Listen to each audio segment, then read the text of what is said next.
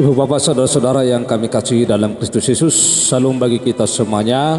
Marilah kita mempersiapkan hati kita untuk mendengar firman Tuhan. Khotbah Minggu tanggal 14 Mei tahun 2023. Sebelumnya mari kita berdoa.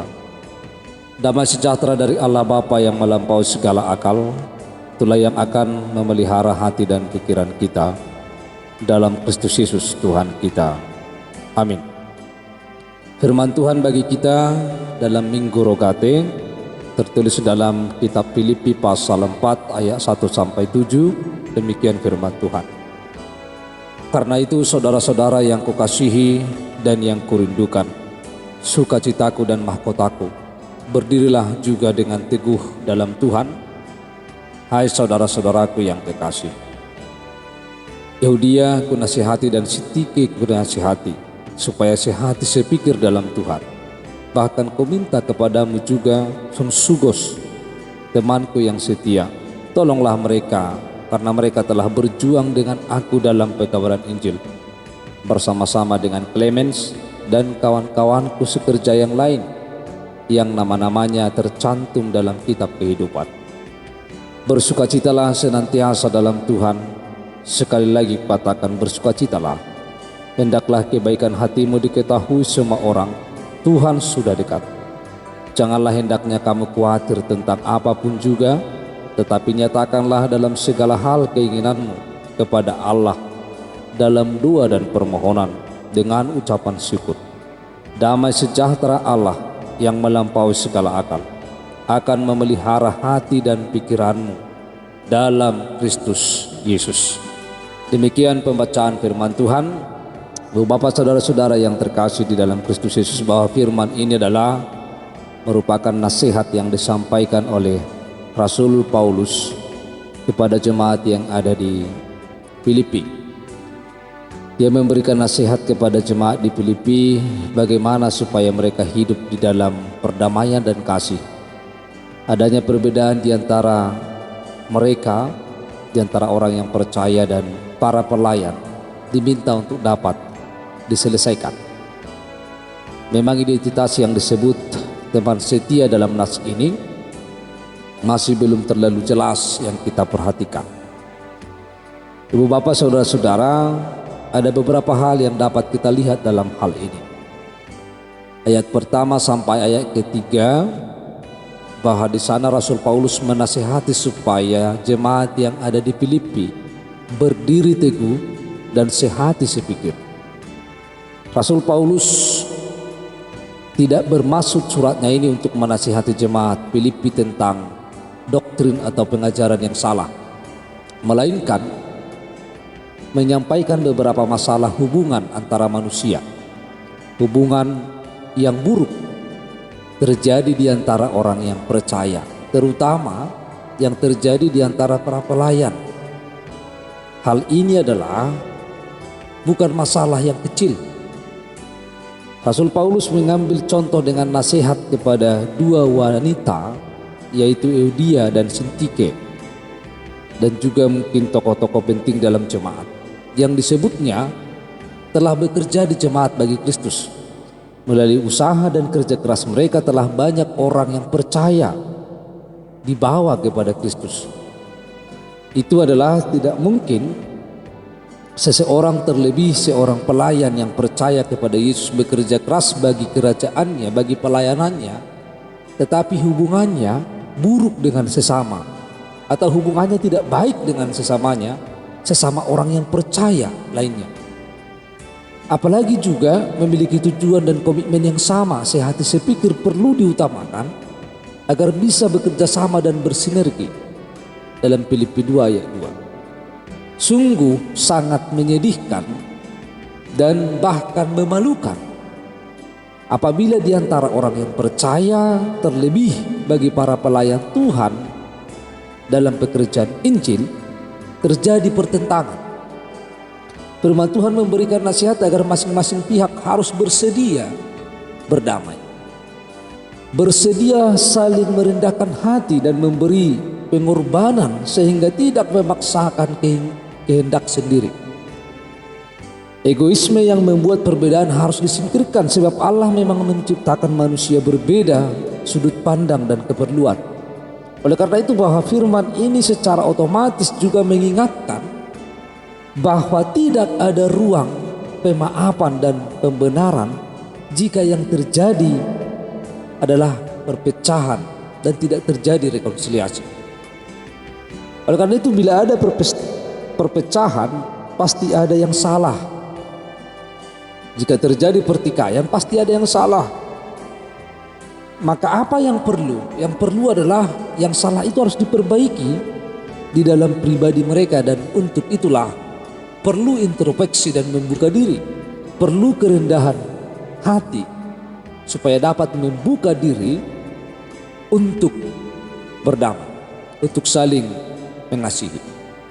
Lalu yang kedua yang kita lihat dalam nats ini, di dalam ayat 4 sampai ayat 5, Rasul Paulus menasihati mereka, bersukacitalah senantiasa dalam Tuhan. Saudara-saudara, padahal Rasul Paulus pada saat itu adalah berada di penjara ketika menuliskan surat ini kepada jemaat di Filipi, tetapi dia mengatakan bersukacitalah. Sikap Paulus itu memberikan pengajaran yang begitu penting bagi jemaat Filipi dan juga bagi kita. Sikap di dalam hati seharusnya bukanlah merupakan refleksi dari keadaan di luar tubuh atau keadaan di sekitar kita.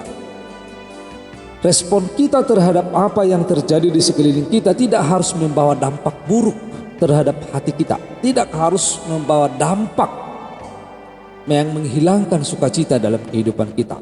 Kebahagiaan bukan datang karena dari luar atau sekeliling kita. Sukacita tidak datang dari luar, tetapi sikap dari dalam hati, yakni hati yang telah dipenuhi Roh Allah, hati yang dipenuhi oleh firman Yesus. Rasul Paulus tetap penuh sukacita walaupun dia menghadapi masalah, walaupun sering terjadi permasalahan di dalam hidupnya, sebab Tuhan Yesus ada selalu bersamanya. Saudara-saudara, firman Tuhan menekankan dengan jelas supaya kita senantiasa bersukacita. Sebab dikatakan tadi dalam ayat 4, bersukacitalah senantiasa. Ada kata senantiasa di sana. Jelas menunjukkan sumber sukacita bukanlah tergantung kepada situasi, tetapi sumber sukacita yang abadi yakni dari Tuhan Yesus. Ada beberapa kali Rasul Paulus dalam suratnya mendesak jemaat Filipi untuk bersukacita. Demikian juga tentang permasalahan yang terjadi di jemaat Filipi, yang dihadapi oleh jemaat Filipi dalam kesatuan hati untuk sehati sepikir. Mereka tidak mungkin dapat bersukacita apabila mereka saling bertengkar, apabila mereka tidak sehati. Mereka tidak bisa merasakan sukacita apabila terjadi pertentangan dan perselisihan, apalagi perpecahan. Maka jemaat di Filipi itu dan termasuk kita juga harus bersikap lembut, logis, pikiran terbuka dan menyambut positif atas hal-hal yang terjadi di sekitar jemaat, dan bukan hanya sebagai orang percaya yang pasif tidak peduli. Dengan demikian kita juga diminta agar tidak mudah menaruh sakit hati, tidak mudah mendendam, dan kita juga tidak sakit hati apabila terjadi perbedaan pendapat, serta tidak berbangga dan omong besar atas kelebihan yang kita miliki dan menuntut hak-hak yang sepertinya menjadi milik kita. Sebaliknya kita harus mengambil peran juru damai yang aktif apabila ada perselisihan yang terjadi di lingkungan kita. Sebagaimana dinyatakan firman Tuhan melalui Paulus, nas ini meminta seluruh warga jemaat, termasuk juga sunsugos, berarti sesama pekerja atau pemikul kuk, untuk ikut mendamaikan hamba-hamba Tuhan yang belum sehati. Tanpa kesehatian para hamba Tuhan, para orang percaya, jemaat pun akan kehilangan sukacita. Lalu yang ketiga, sesuai dengan tema kita, janganlah khawatir tentang apapun. Di dalam ayat 6 sampai 7. Saudara-saudara, salah satu sumber kehilangan sukacita adalah ketika kita selalu khawatir dalam hidup ini. Ini juga dilihat oleh Rasul Paulus sehingga dinyatakan janganlah khawatir tentang apapun juga, meski tidak dijelaskan kekhawatiran yang seperti apa yang dihadapi oleh jemaat. Tetapi diduga bukan dari faktor-faktor materi, tetapi lebih kepada gengsi, status, kesombongan, dan harga diri. Banyak pihak yang bersengketa atau bertengkar tidak mau memulai perdamaian, sebab ada pandangan bahwa mereka yang menawarkan perdamaian terlebih dahulu adalah mereka yang mengaku kesalahan. Saudara-saudara, sering mereka yang mengalah dianggap sebagai pihak yang salah, padahal itu jelas berbeda mengalah dan salah. Orang yang mengalah memang sedikit harus kalah, dalam arti tidak mau menang selalu. Orang yang mengalah memang sedikit harus kalah, dalam arti tidak mau menang selalu. Akan tetapi mereka yang mengalah justru sering menjadi pemenang, sebab langkahnya adalah mundur selangkah untuk maju 2 langkah. Alkitab juga memberikan contoh mereka yang mengalah justru yang lebih diberkati. Sebagaimana Abraham mengalah kepada Lot, Daud mengalah kepada Saul. Kekhawatiran itu yang harus diganti dengan mendapatkan damai sejahtera. Alkitab mengatakan, siapakah di antara kamu yang karena kekhawatirannya dapat menambahkan sehasta saja pada jalan hidupnya. Kekhawatiran tidak menambah apapun juga. Oleh karena itu, bahwa rasa khawatir yang dimaksudkan oleh Rasul Paulus di sini adalah kita tidak boleh khawatir tentang apapun juga, tetapi kita ganti rasa khawatir itu menjadi permohonan dalam doa kepada Tuhan.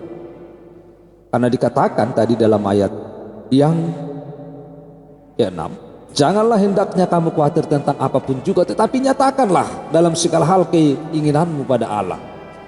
Janganlah khawatir tentang apapun juga, ini adalah larangan. Kita dilarang untuk khawatir. Tetapi yang harus kita lakukan adalah menyatakan segala permohonan, segala keinginan kita kepada Allah dalam doa.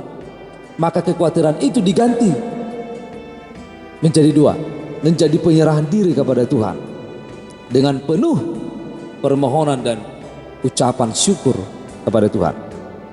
Jelas kita tidak bisa membayangkan situasi hidup kita untuk tidak khawatir tentang apapun. Itu tidak mungkin. Kita bisa khawatir tentang pekerjaan di kantor, tentang keadaan rumah, tentang keadaan kesehatan kita atau apapun itu. Tetapi Rasul Paulus menasihatkan supaya ketika kita mulai khawatir, maka hentikanlah kekhawatiran itu dan mulai berdoa kepada Tuhan Yesus. Doa merupakan jalan keluar dengan alasan bahwa persekutuan kita dengan Tuhan Yesus akan mengisi hati dan pikiran kita dengan damai sejahtera. Doa mendorong agar kita memiliki suasana berpikir yang lebih damai sejahtera. Kita akan menerima kasih karunia dan berkat darinya. Melalui doa kita secara otomatis menyerahkan segala kecemasan dan persoalan kita kepada Dia. Kita tahu bahwa Allah turut bekerja di dalam segala sesuatu untuk mendatangkan kebaikan bagi kita. Saudara-saudara yang terkasih dalam Kristus Yesus, tema khotbah kita adalah jangan khawatir tentang apapun juga. Ketika kita khawatir, kita akan kehilangan sukacita.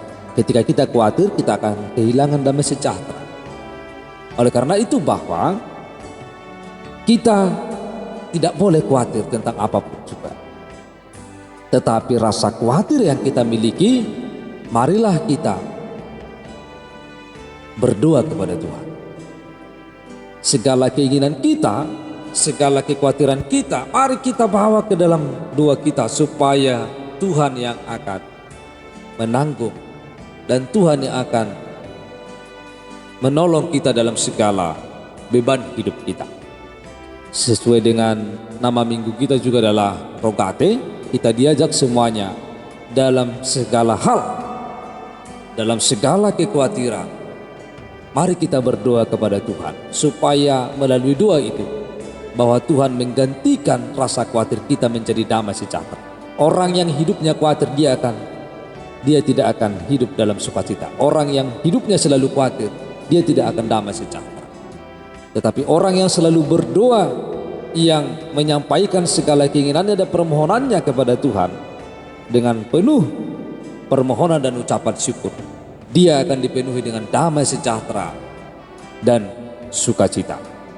Oleh sebab itu, hilangkanlah rasa khawatir, serahkanlah segala khawatirmu kepada Tuhan, maka Dia akan menanggung semuanya. Amin, kita berdoa. Ya Tuhan Allah Bapa kami yang di surga, kami telah mendengar firman-Mu.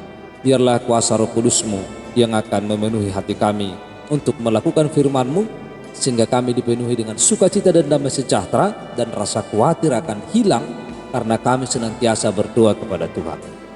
Dalam nama Kristus Yesus kami telah berdoa. Amin.